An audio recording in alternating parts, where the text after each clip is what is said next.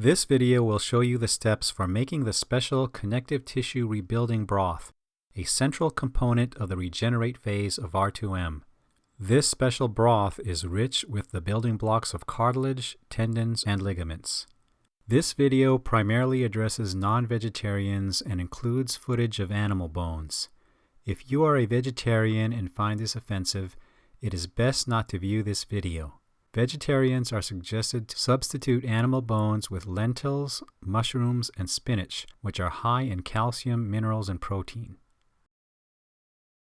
You will need the following kitchen items: 2 tall pots, a food processor, large mixing bowl, grater, cheesecloth, trash bag rubber band, kitchen scissors, kitchen tongs, ladle, and knife. The primary ingredient is soup bones with cartilage and tendons intact. These can be found in the frozen meats or butcher counter of the grocery store. Get 4 to 5 large sections. For additional cartilage, include bones from leftover meals such as whole chicken or fish spines. For vegetarians, substitute soup bones with lentils, peas, mushrooms, spinach, and broccoli, which are high in protein.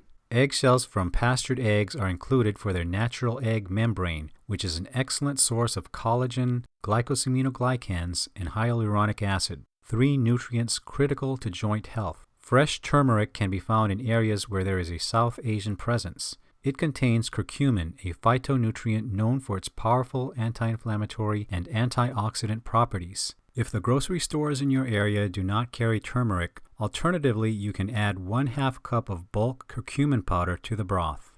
Alliums such as onion, garlic, and leeks are included because they are a great source of sulfur, which is needed for methionine and cysteine, 2 important sulfur-based amino acids that comprise structural protein. Alliums also have strong anti-inflammatory and antioxidant properties.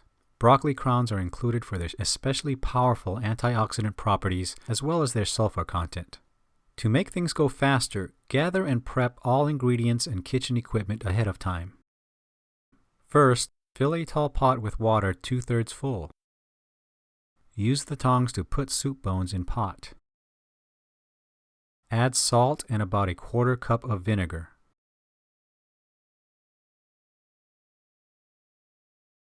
Bring to a boil, then turn heat down to low.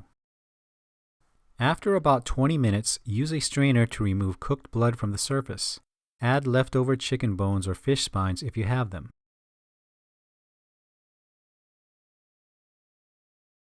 Turn down to low heat, cover lightly, and let simmer for 90 minutes. Turn off heat and let stand for 1 hour, then refrigerate for 24 hours. Take out from the refrigerator and remove and dispose solidified fat layer.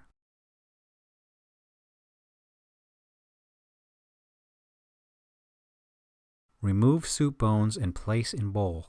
Put 2 cups of the broth into a blender, bring to a boil, then turn heat down to low. Add the eggshells to the blender.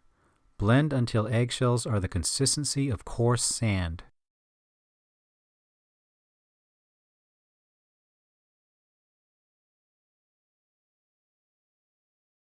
Add eggshell mix to the broth. Using your kitchen scissors, carefully cut chunks of tendons and cartilage from the soup bones. Mince the tendon and cartilage chunks in the food processor.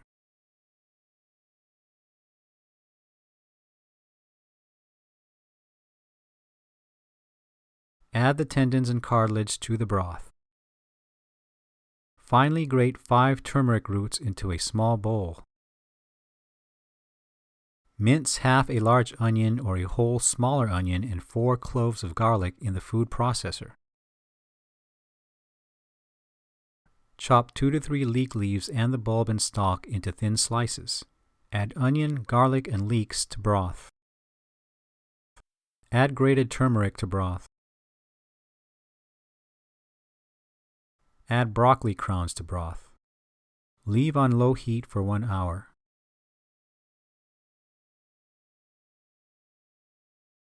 Strain the broth into the second tall pot using a cheesecloth secured with large rubber band, and you're done. For best results, follow the full R2M regenerate phase to increase your body's nutrient absorption potential prior to consuming this high-potency connective tissue building broth.